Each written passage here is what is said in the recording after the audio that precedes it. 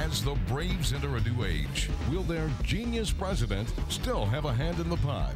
Ken Coleman chats with John Schuerholz in our Life is Sports series next. And welcome back to Sports Night. Now, so often we run some of these sports interviews, and it's all about what happens on the field and in the game. But we wanted to give you a different perspective, a different look about some of your favorite sports figures. And our buddy Ken Coleman had a chance with his series Life is Sport to catch up with Braves president John Schuerholz.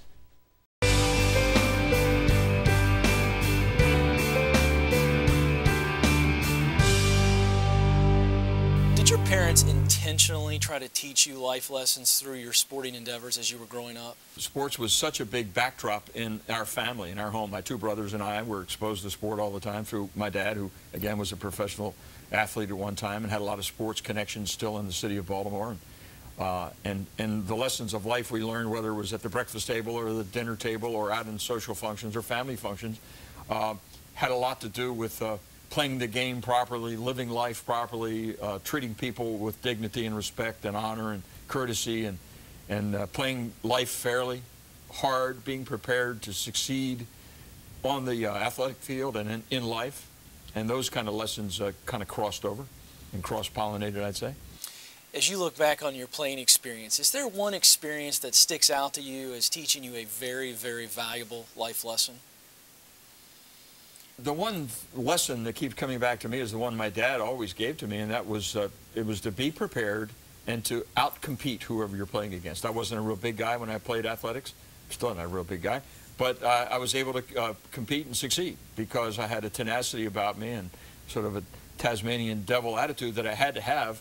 But I was also prepared. I didn't go blindly into any kind of athletic competition. So the lesson I learned was not in any one particular. I scored a few soccer goals in college and had a few big base hits and so on and so forth throughout my baseball career, high school and college. But mostly it was the general lesson of be prepared and don't let anyone out-compete you in anything that you're doing. So I think that served me pretty well.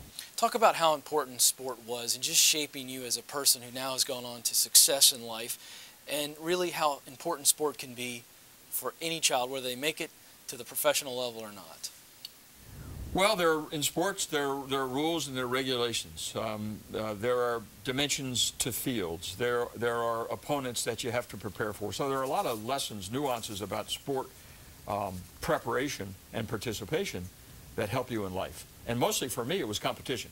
It was being ready to compete and succeed. And if anything, my dad taught me a lot of things, but the biggest lesson of all was to be ready to compete and don't let anyone beat you because you're not prepared. You haven't prepared yourself mentally or physically to face the challenges on the athletic field.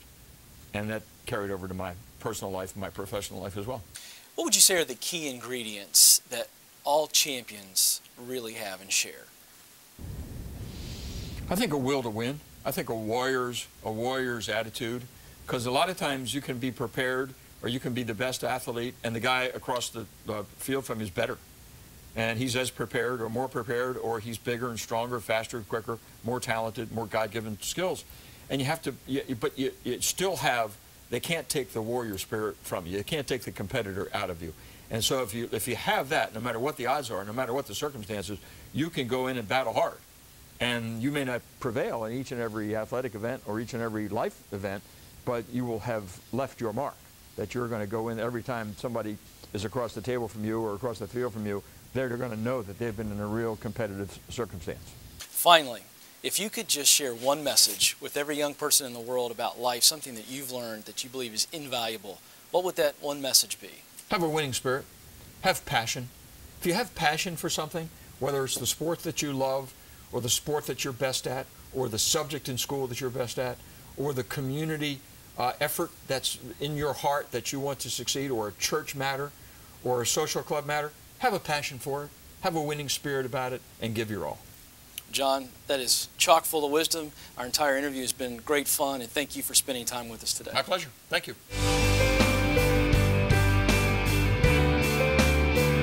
All right, Ken Ken Coleman now joins us, who had a chance to sit down with John Schuerholz. And Ken, he talked about growing up, some of his coaches in his youth sports that sort of molded him.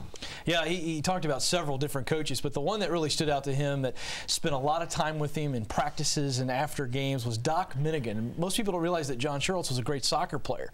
In fact, he lettered 4 years at Towson University. He's in the Hall of Fame for soccer and baseball. But Coach Minigan, he said, spoke to him many times about lessons that they'd learned during seasons that would help him later on as very valuable life lessons that he still carries with him. Tell us about the way that John got into baseball, Major League Baseball, which is quite unique, and he shared that with you. Yeah, it's a great story. John was in his 4th year, it's 1966, in his 4th year as a junior high school teacher at North Point Junior High School in Baltimore, Maryland. And he always loved baseball. Baseball was his passion, so he gets a hair one day and says, I'm going to write a letter to the Baltimore Orioles and just tell them I'd like to work with you. Long story short, Lou Gorman, the then player development director, says, hey, why don't you come interview? He interviews, he gets the job, leaves the job as a teacher making $6,800 a year to take the job with the Orioles as the lowest level assistant, making $4,700 a year. It was all passion. He said, I knew the minute I walked in the hallways, that's where I was supposed to be. That's great. Hands down, one of the most respected general managers, presidents, basically people in Major League Baseball. What is it about his leadership style that you think translated into success for the Braves?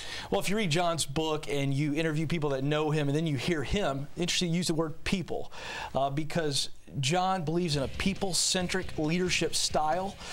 It's all about good people first and then respect those people. And I think if you look at sports and you look at long-term, sustained success, no matter the sport, the leader that has sustained success is a guy who values people or a woman who values people and is very relational.